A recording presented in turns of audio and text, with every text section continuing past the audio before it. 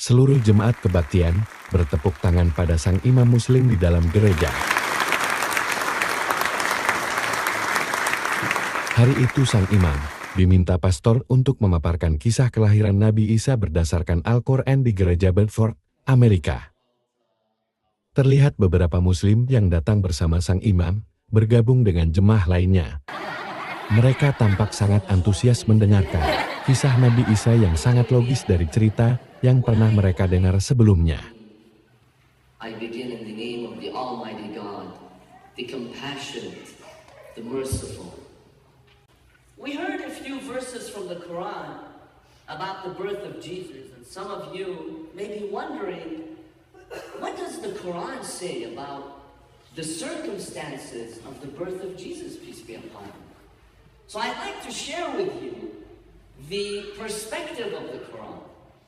I know various Christian denominations might have different perspectives on the birth of Jesus, whether it was a virgin birth or not, but I'd like to share with you what the Quran says about the birth of Jesus. Now his mother Mary, peace be upon her, the Quran tells us, Islamic traditions tell us, that her mother, the mother of Mary, she made a pledge to God. Oh God, if you grant me a child, if you grant me a son, that's what she said, I'll dedicate my son to your temple, to your house of worship. And he'll worship you day and night so he can guide people to your path. Well, she becomes pregnant, she's excited, she's anticipating this son. Now, why did she say son at the time? Because Islamic traditions tell us that in the temple, in that very sacred sanctuary, only men were allowed in that Jewish tradition. So she wanted a son who could go inside the temple and freely worship God. When she delivers, she realizes it's a girl, it's not a boy. She's confused. What's going on? I made a pledge to God and God accepted my pledge. Well, God revealed to the prophets of her time that God has a plan. This is more than what you asked for. Just wait and see. So Mary was born, and she dedicated her to the temple. She was the only exception. Women were not allowed to go to that sacred part of the temple, but because she was born in those circumstances and there was this pledge and vow, they made an exception for Mary. She would go into the temple and worship God. Dalam kekristenan, Maria memiliki seorang suami bernama Yusuf. Namun, dalam Islam, bahkan Maria ini seperti biarawati dalam tradisi Kristiani, yakni perawan yang suci, yang tidak menikah sepanjang hidupnya. Tentu hal ini menjadi kisah yang menarik bagi para jemaat gereja ini. And she was sponsored by pious people, by pious worshipers. Zachariah was one of her sponsors. Mary grows, she develops, she matures. Here comes the plan of the Almighty God, and this is what the Quran tells us. God sends the Holy Spirit according to the Quran. The Holy Spirit approaches Mary and tells her that God has a plan and you will deliver a son. You'll deliver a baby. She was shocked. How is that possible? What do you mean? No man has ever touched me. I'm not married. How can I have a son? The Holy Spirit told her, that's the will of God. God has a word, and He wants to give you His word. Your child represents the word of God.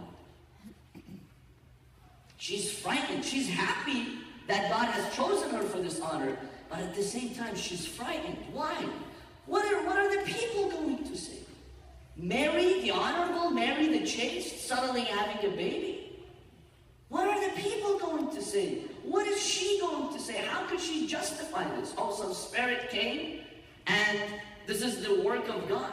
Not everyone's going to believe that. She was really frightened. Now the Quran tells us that when she was about to go through labor, she left the holy city. She was scared. I want you now to imagine what she was going through. She left the city. She went to the hills, to the country. You know, when a woman goes through labor, she runs to a midwife, right? You need help. You want someone to be there. But Mary had to leave her city. Where is she going to go? I'm delivering a baby? Just imagine her difficult circumstances. She goes to the hillside, and then she goes through labor. It was so psychologically painful for her because she was afraid of the reaction of her society that the Quran says, she said, I wish I were dead and not alive, and no one ever knew me. That's how much anxiety she was experiencing. But then she delivers the baby, and something miraculous happens according to the Quran. I'll read to you the verse of the Quran in Arabic, in that melodious tone, and then I'll tell you what the Quran says. When she delivered the baby, the Quran says, فَنَادَاهَا مِن تَحْتِهَا أَلَّا تَحْزَنِي قَدْ جَعَلَ رَبُّكِ تَحْتَكِ سَرِيًّا. He called on her from below her, Mother, do not be frightened. Do not be saddened. God is taking care of you. God is taking care of us. That changes the heart of Mary. Yes, the Quran says baby Jesus spoke to her. He gave her comfort. Carry me, let's go back to the city, and you'll see the wonders of God. She carries the baby. They go back to the holy city. Just imagine Mary, the chaste, holding a baby in her arms. And some people had seen her leave the city with signs of pregnancy. So there's all this gossip, all this talk. Everyone's waiting for this moment. How is Mary going to come back? How is she going to justify this? Now the Quran says that when she came back to the city, they looked at her, even some of those rabbis. They told her, Mary, what have you done? What is this? What is this corruption? Your father was a righteous man. Your mother was a righteous woman. How could you possibly do this? They attacked her honor. Now, baby Jesus had told her, if anybody talks to you, don't say anything. God will take care of it. So when they leveled those accusations against her, the Quran says she pointed towards the baby. He told her, are you insane? It's just a baby. You want us to talk to a baby? Then the Quran says, when she pointed to the baby spoke, and he said, I am the servant of God. He has chosen me, and he has made me a prophet. And he has made me blessed wherever I go. And he has commanded me to pray, to pay charity. And he has commanded me not to be arrogant, but to be humble. And he has commanded me to be good to my mother. So peace be on me the day I was born, and the day I shall die, and the day God will resurrect me. That's the story of baby Jesus in the Holy Quran.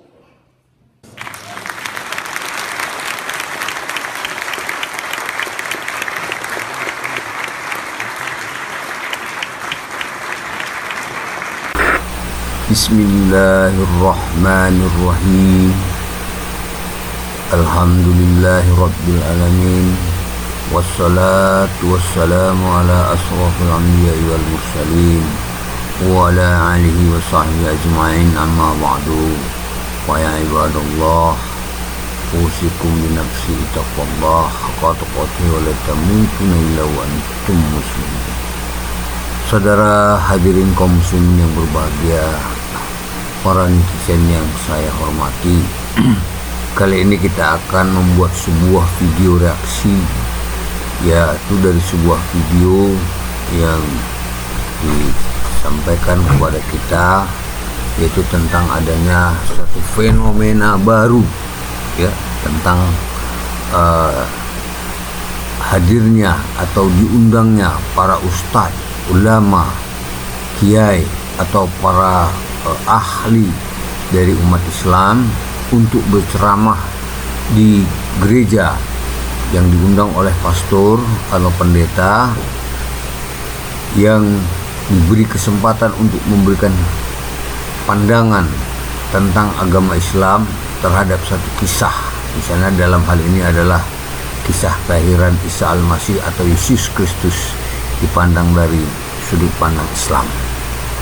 Ini sebenarnya adalah suatu fenomena baru, ya, di mana di Eropa, di Amerika, di Inggris, ya, banyak masjid atau tempat-tempat ibadah umat Islam didatangi oleh para saudara-saudara kita dari Kristen, ya, atau agnostik, atau mereka boleh dikatakan ateis. Ya, mereka mendengarkan, mereka melihat langsung, mereka masuk dan berinteraksi. Kali ini bahkan lebih ekstrim lagi, ustadz yang diundang ke gereja, ke sebuah gereja, kemudian memberi ceramah, ya, ceramah tentang Islam di ajaran gereja mereka. Ini fenomena langka, ini fenomena baru. Ada apa sebenarnya? Mungkin ya ini adalah hidayah daripada Allah, atau ini adalah sebuah titik jenuh daripada para pendeta hingga mereka tidak bisa lagi untuk menyampaikan ajaran-ajaran yang ada di dalam Bible, sehingga mereka mengundang para ustadz kita, para ulama kita untuk memberikan ceramah.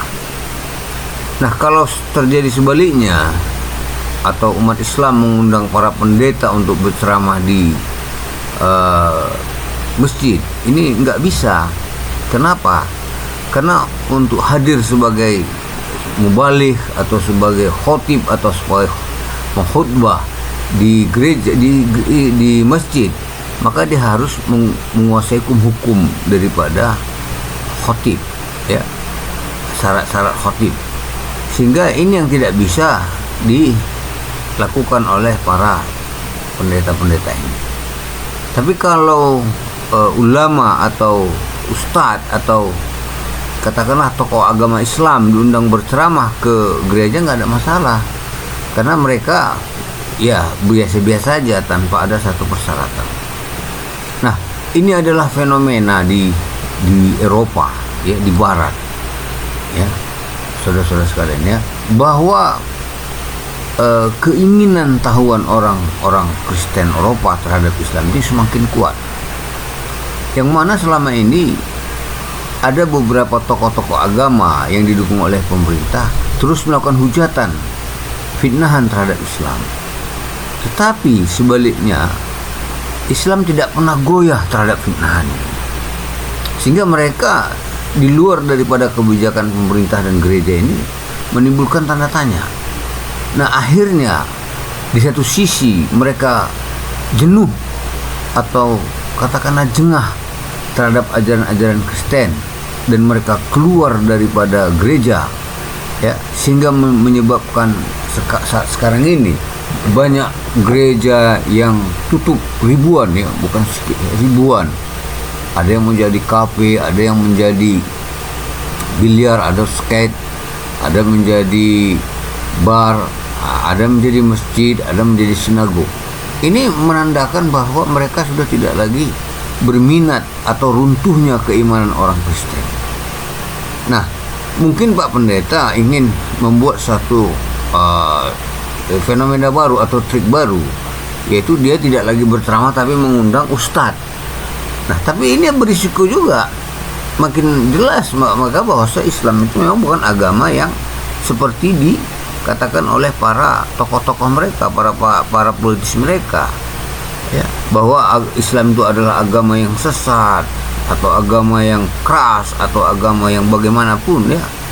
Justru Islam itu menampilkan diri sebagai agama yang sangat ramah dan yang sangat logikal dan yang bisa diterima oleh akal.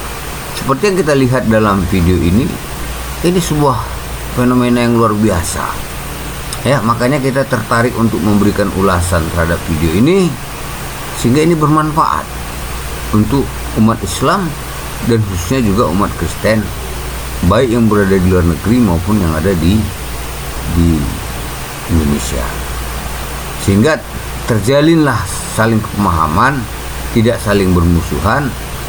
Dan kalau memang ada sikap yang dinamakan selama ini misionaris untuk mengkristenkan umat Islam, ya mulai hari ini dipikirkanlah agar tidak lagi melakukan hal-hal seperti itu. Karena apapun ceritanya, manusia itu telah diberikan Allah akal. Ya, akal ini bermain terus berkata, sebodoh-bodohnya manusia akalnya akan berjalan. Nah, ketika ada ajaran ketuhanan yang tidak masuk di akal manusia, maka ini menjadi pertentangan antara hati dan pemikirannya. Sehingga dia mengambil sikap apatis, keluar daripada ajaran itu untuk menemukan ajaran baru.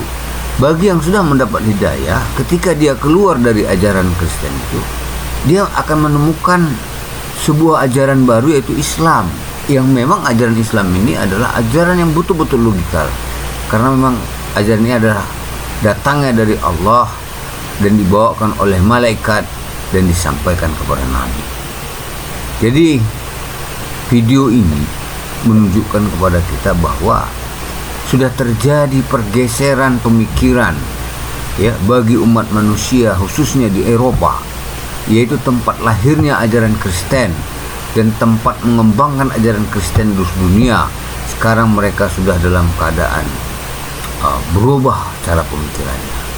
Ya, mudah-mudahan ini menjadi hidayah kepada saudara-saudara kita yang ada selama ini yang tersesat oleh para penyesat. Ya, kedepannya ini menjadi sebuah keadaan baru, ya, menjadi keadaan yang sangat memungkinkan untuk kita menyatakan kebenaran ajaran Islam. Nah, kita sebagai umat Islam juga seperti itu. Kalaulah sedangkan umat di luar agama Islam sendiri mereka sedang mendalami dan mempelajari Islam, mengapa kita harus meninggalkan atau menjauhkan diri daripada ajaran itu, sehingga kita kehilangan atau kekeringan dalam hal keimanan kita kepada Allah Subhanahu wa taala. Jadi inilah yang bisa kami sampaikan sebagai video untuk reaksi daripada video yang kita tonton tadi. Kiranya ini menjadi satu iktibar, satu pelajaran bagi kita, dan ini menjadi renungan kepada kita bahwa Islamlah ajaran yang benar, dan ini sudah bisa kita buktikan, ya, hari ini. Ya, kebenaran itu tidak akan hancur. Ya, kebenaran itu akan tetap bertahan, dan kedoliman itu akan hancur, dan kedoliman itu akan ditinggalkan oleh manusia. Marilah kita kembali kepada basic kita, yaitu agama yang diridhoi oleh Allah Subhanahu wa taala. Demikian yang dapat kami sampaikan. Wabillahi taufiq wal hidayah. Wassalamualaikum warahmatullahi taala wabarakatuh, dan kita akan bertemu pada video-video selanjutnya. Oke. Jangan lupa like, subscribe, dan share. Terima kasih.